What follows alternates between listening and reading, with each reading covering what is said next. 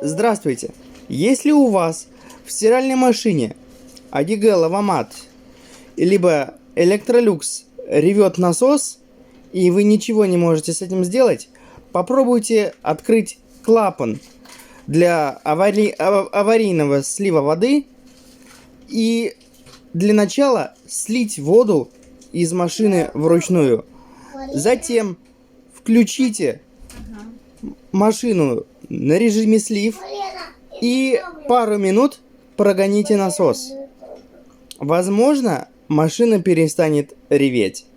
Мне это помогло. Благодарю за просмотр. До свидания.